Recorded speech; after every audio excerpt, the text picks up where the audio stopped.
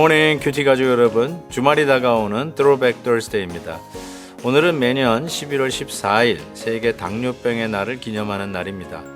이날은 전 세계적으로 당뇨병에 대한 인식을 높이고 이 질병이 얼마나 많은 사람들에게 영향을 미치는지 알리는 중요한 날이라고 합니다. 당뇨병을 예방하고 관리하는 방법에 대해 더 많은 사람들이 이해할 수 있도록 돕는 의미 있는 하루죠. 그래서 오늘은 우리 모두 건강을 돌보며 균형 잡힌 식사를 하고 규칙적으로 운동하는 습관을 실천해보면 어떨까요? 당뇨병 예방의 중요성을 다시 한번 되새기며 함께 힘을 모아 이 질병과 싸우고 이 질병으로 인해 고통받고 있는 분들을 도울 수 있기를 바랍니다. 건강한 하루로 시작하는 여러분 되시길 바랍니다. 오늘 우리에게 주시는 말씀은 사무엘상 9장 1절에서 14절입니다. 다 함께 찬송가 409장 목마른 내용은 4절을 부르시겠습니다. 차고 넘치는 주의 은혜의 물결 힘차게 밀려와 내게 만족합니다. 오 할렐루야로 주를 찬송하오니 내 마음의 기쁨이 항상 충만하니라.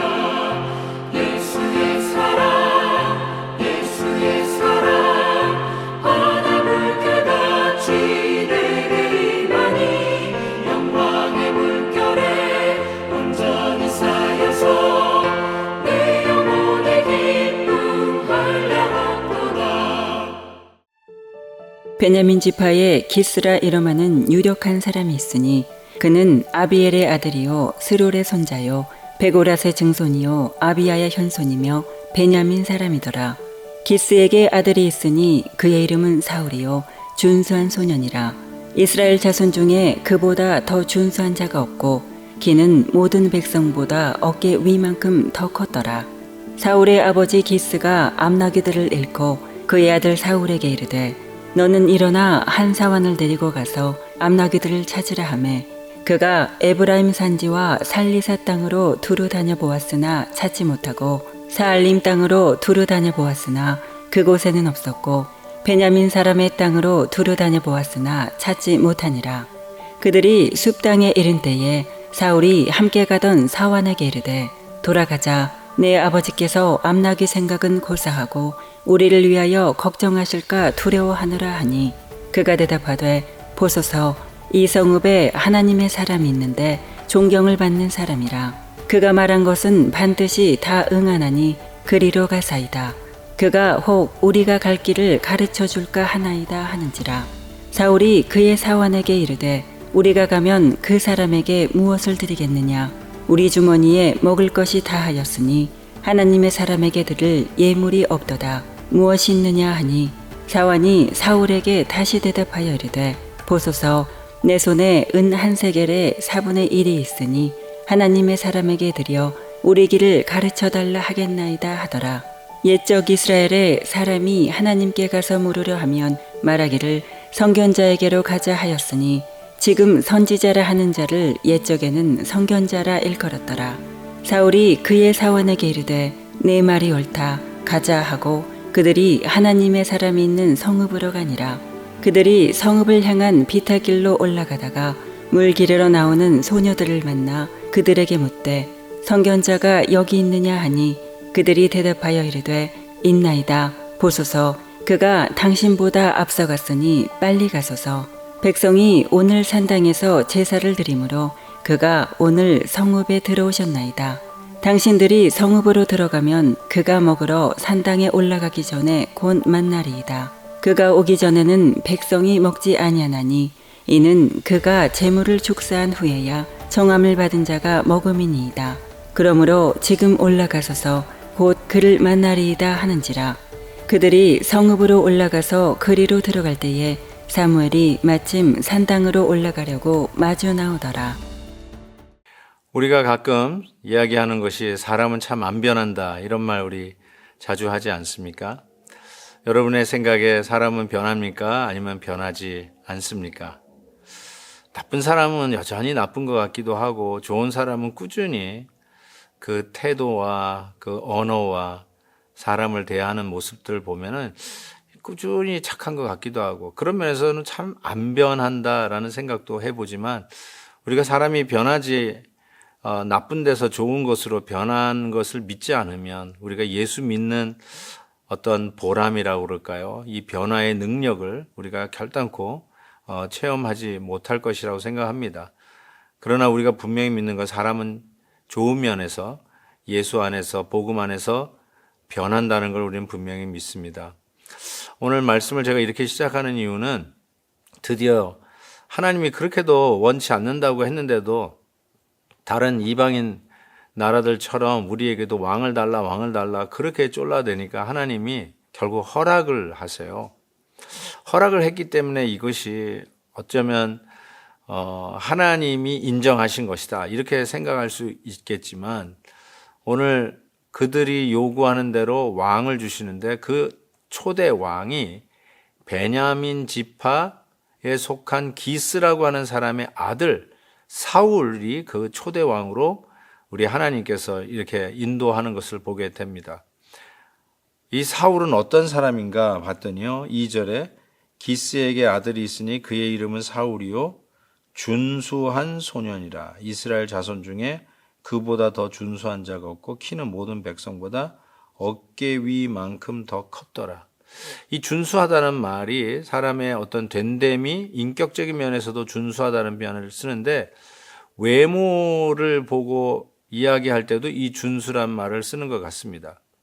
실은 모세가 태어났을 때 부모가 모세의 준수함을 보고 그 바로의 명을 어기고 숨겼더라고 하는 표현이 성경에 나옵니다.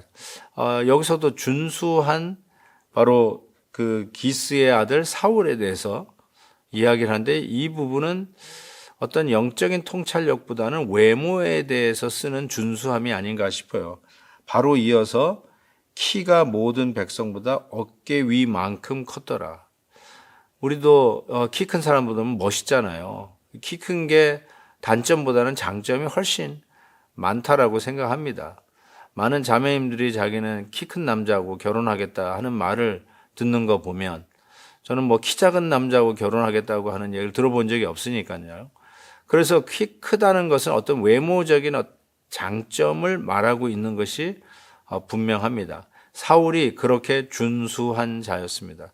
근데 우리가 사울의 종말을 알지 않습니까? 사울이 얼마나 사악하게 다윗을 핍박했는지 우리는 너무나 잘 알지 않습니까? 처음에는 하나님의 인정을 받는 듯 하지만 결국은 하나님이 금한 일을 범하면서 결국은 하나님이 왕자에서 내려오게 하고 다윗 왕을 등극하는 일들이 있지 않습니까? 그래서 우리가 결론부터 알아서 그런데 사울 왕이 참 변하지 않는 것이죠. 이렇게 겉은 준수했는지 모르지만 속 사람은 시기, 질투, 누군가가 앞서 나가면 나보다 더 먼저 가는 사람들을 도저히 참아낼 수 없는 그런 성격이 있었던 것 같아요. 때로는 우리가 이와 같은 이런 사울의 그런 악성 같은 성격이 숨어 있을 수도 있어요. 그런 어떤 환경이 되지 않았기 때문에 뭐 특히 누구랑 이렇게 싸울 이유도 없고 라이벌도 없고 시기심이나 질투심을 자극할 만한 환경이 안 될 때는 그게 내재되어 있는 것을 모를 수가 있죠.